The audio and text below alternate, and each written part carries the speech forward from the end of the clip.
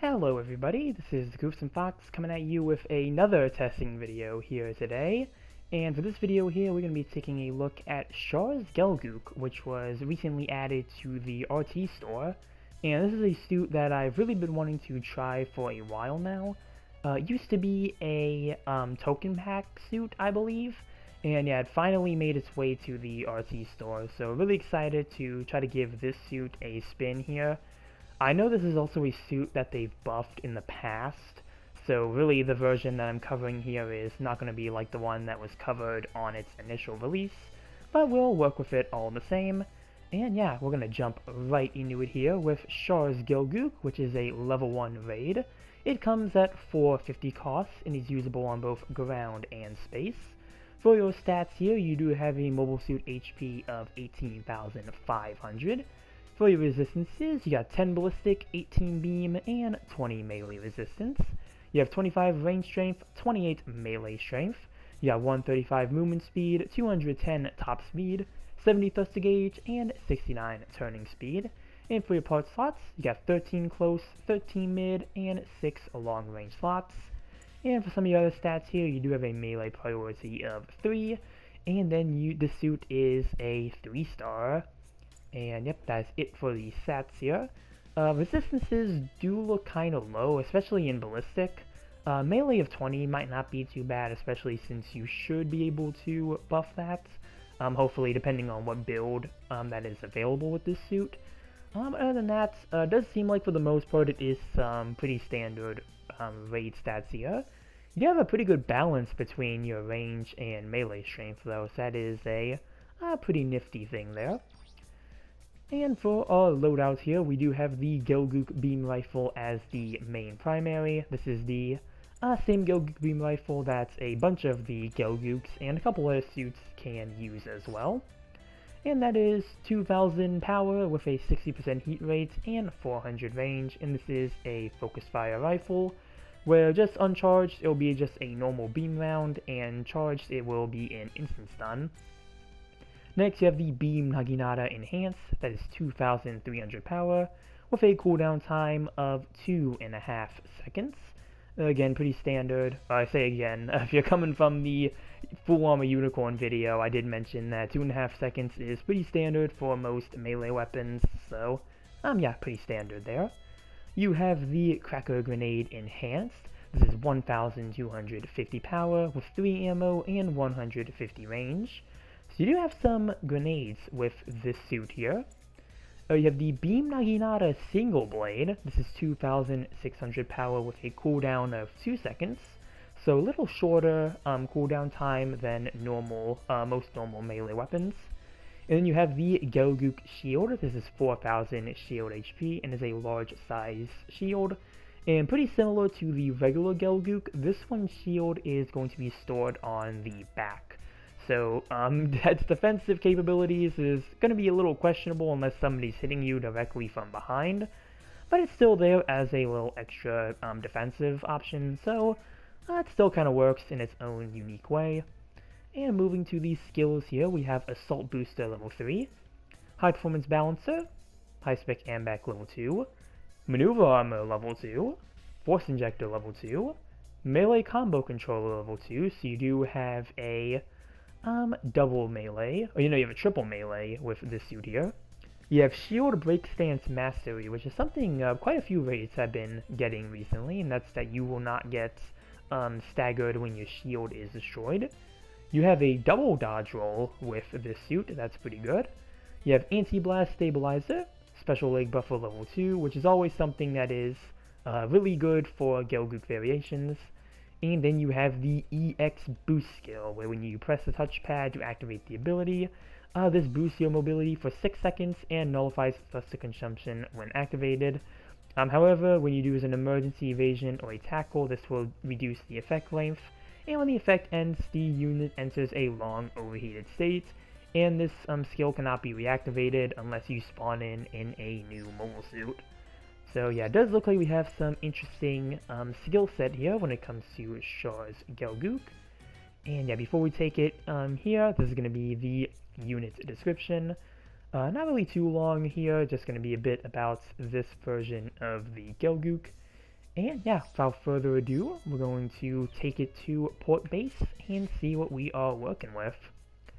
Yeah, very interesting to see, even on release, that it was, and that we did get Char's Gelgoog, as it kind of was already in the game with the early production Gelgoog in a way, but the suit does come in these Char colors, and you do get a bit more that I think does really reference some more scenes when it comes to Char, especially with the single blade Naginata, as I do believe that it is supposed to have a kind of like a Gyan poke.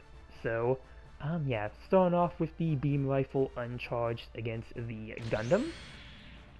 Yeah, not really going to be doing too much damage here, and against a Gelgoog cannon, yeah, noticeably you have a bit better results there. We're going to go in with a charge shot next. And almost 2,000 against the Gundam. Not too shabby there. I mean, you are going to be a raid against a general, so not going to do as much damage. And a little over 3,000 against a Gelgoog cannon. Pretty good there. Let's see if the melee pattern for this suit is any different. Does look like the neutral and sides are the same. And it does look like the downswing as well is going to be the standard for the Gelgoog variations, so nothing too much to say there. And yeah, going to do pretty good damage against the support here. Let's do a downswing. A little over 2,500 there, and against the Gelgoog cannon, over 4,000. So yeah, really good melee damage there to be expected from a raid unit. Next we have the Cracker Grenade. It actually looks like that staggers, or not staggers, but it does have stun accumulation for a pretty decent amount there. So if you pair that up with a teammate's stun accumulation weapon, you could probably get a decent stun with that. Next we have the single blade Naginata, and it looks like you can only swing this once. So it does look like it has some pretty standard, actually I was going to have the same neutral and sides as the Naginata. And then the downswing is again going to be that Gyan poke. So we'll go for the downswing. And yeah, that finished off the Gundam there. Let's use it against the Gelgoog cannon. And yeah, a little over 6,000 damage. And again, this does have a short cooldown time as well with 2 seconds. So yeah, gonna be a interesting weapon to really work with here. And yeah, that's going to do some hefty damage against support. And yeah, that is everything for the full arsenal that this suit has. Now let's move over to the prototype Gundam here, test this out raid against raid. And yeah, it does look like you still have some pretty decent damage numbers. And yep, just looks like if you hit somebody with any of the regular attacks with the single blade, it's just going to be a normal stun there, so really nothing too special to say there aside from, again, that Gyan poke that you do get with this suit. I wonder if it's possible to, you know, what the combo potential is. So we'll go with this. Go with this. Okay, so you can actually pair that up really well with a single blade downswing into the Naginata into another single blade. So yeah, you do already have some decent looking combo potential there. So that's already a pretty good thing it seems to work with here. I'm going to come back over here because I do want to test this combo against the, definitely against the Gelgoog cannon here, see how much damage we can get away with. Go with that. And yeah, okay, so you can just one tap a Gelgoog cannon there with that. So yeah, already seems like it's going to be a pretty decent combo when it comes to that here. Again, Cracker Grenade. Yeah, not going to do too much damage against the Gundam there, but again, you do have that decent stun accumulation. And then finally, we do have the EX boost here. And that's going to give you that temporary unlimited boost. Let's see what the tackle animation for this suit is once the overheat comes back. I don't know if this suit has a special counter. I don't believe it does, though. I think it might just share a counter with some of the regular suits. If anything, it might have a special melee pattern. So we'll go against the cannon here. Okay, so you do have a Naginata melee pattern, so that is pretty cool there. So you do have at least a little something there. And, yeah, let's see, let's look at the double dodge roll. Yep, double dodge, always a good thing to have. So, yeah. I think that's really all I have to say here about Char's Gelgoog. Really just feels like a pretty simple, raid. Like, you have a pretty simple arsenal here with the Gelgoog beam rifle and the Naginata. It's definitely interesting with the single blade Naginata. I think it's going to be the most interesting, really aspect about this suit.